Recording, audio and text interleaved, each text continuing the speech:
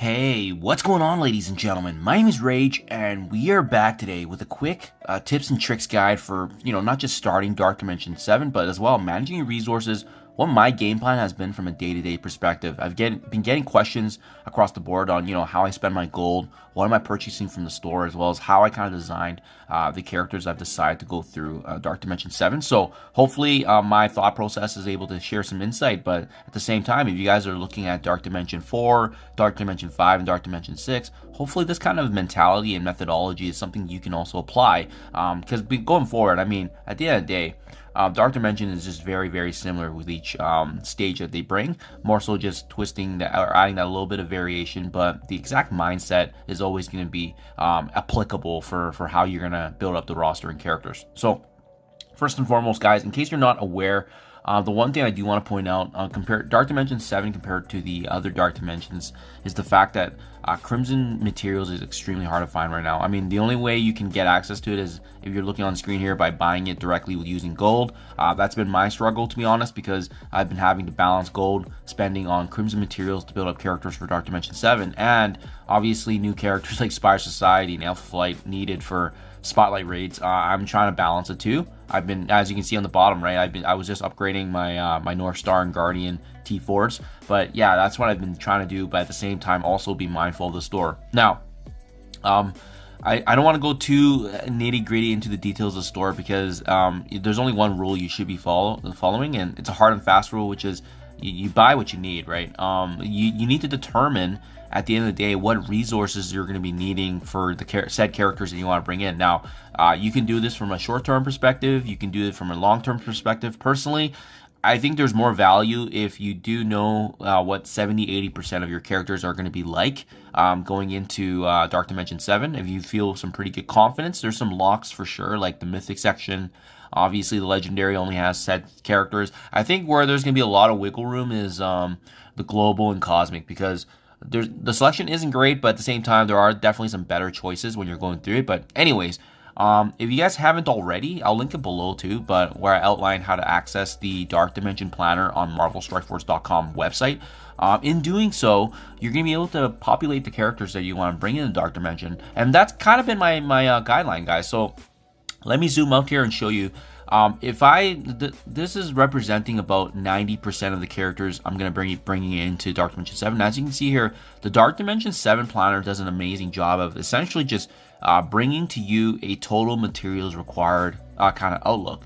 And this is really what I'm focused on. Whenever I'm seeing stuff in the store, I'm asking myself, do I need it? Do I need to buy this right now? And you also have to be thinking about, when would you need these resources as well. So there's some big obvious red flags that you can obviously see from the summary, which is we have a very, very big shortage of catalysts. I'm talking about the basic catalyst, which is the blue here with the cross. I'm talking about the focus catalyst, which is the red circles here. We have the damage catalyst, which is the orange one. We have health catalyst, which is the green plus sign, right? So all those catalysts are, we're in pretty big deficits right now. But remember, this is representing 90 to 95% of the characters that you'll be needing. So obviously you won't have this constraint yet, but it's definitely going to be more of a longer term issue as you progress deeper into Dark Dimension. The other ones I want to point out are the uniques, right? As you can see across the board too, they're low in numbers, but uniques are also the ones that cost 800,000 per piece if you're getting it from the actual store. So this is something you want to be mindful of as well in Target, specifically, especially something like, let's talk about the experimental formula, which is like the blue vial here. This one specifically, you may not be able to get actually from the random RNG of the raid orbs that you're getting. So you might have to intentionally focus in on it and actually target it. And because we need 15, that's a lot, right? It may very well even be a consideration that a character you may not be able to bring in because of that. So this is where you make adjustments. You have to assess at the end of the day where the resources are going to be. A big one actually I didn't point out earlier is actually osmium to the bottom right here. That's pretty bad because 47, I'm likely going to be needing some adjustments here. I just don't have enough, and there's a lot of characters that need osmium, so likely some changes there. But Regardless, this is a roadmap. You use this information from the Dark Dimension Planner, and then you can finally make decisions on that. So for me personally, I noticed that I obviously still need a lot of Origin gear for Mutant, especially if I'm thinking and zooming out to Global, where there is a lot of Mutant gear needed. And I've already brought in Apocalypse, so he ate up a lot of my Mutant resources. I saw that I'm a little low on the charged particles for tech as well. Surprisingly enough, the Bio gear, I'm actually okay, so I'm good to leave that. And I do have more than 18 pieces of aluminium, and I didn't see that I duplicated there. So that kind of is a good way to kind of gauge, guys. Follow a game plan with the Dark Dimension Planner, and again, I'll link it below and my video, so that way you guys can get the run through of it. But it's an amazing little hack in the game, especially if you're not thinking about planning. Well, it's a great way to start, and you will find out, you know, what you're gonna be needing when you want to bring up these characters and teams.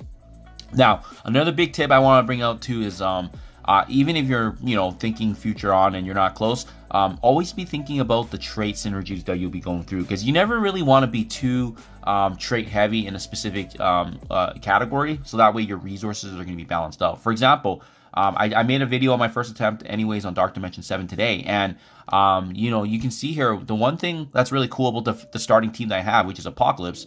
We got Robbie, we got Super Skrull, Vulture, and Black Knight. Each and every one of these characters are actually a different trait. So Black Knight is a skill character. We got Vulture at tech, very, very cheap. Super Skrull was more costly, but he's bio.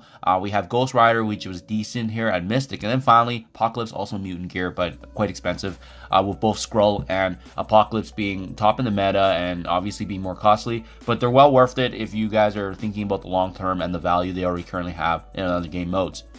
So that's my thought process, guys. I'm thinking about the traits. How do I balance that to each of the different sections of Dark Dimension? Because remember, it goes from City to Global to Cosmic, then Legendary, and then finally Mystic. And for that reason, you do need to be thinking about, at the end of the day, how you want to be proceeding, right? Maybe for example, Global, you know, the Global section that follows City, there's a lot of extreme X-Men characters here, right? So this is something that you may want to consider. If you're bringing at least 2 or 3 X-Men, well, that means you're going to have to front load Mutant more, which means you may not be able to have this flexibility in the City section. City section likely will be more focused on skill and bio characters. That's typically what we have seen in the past.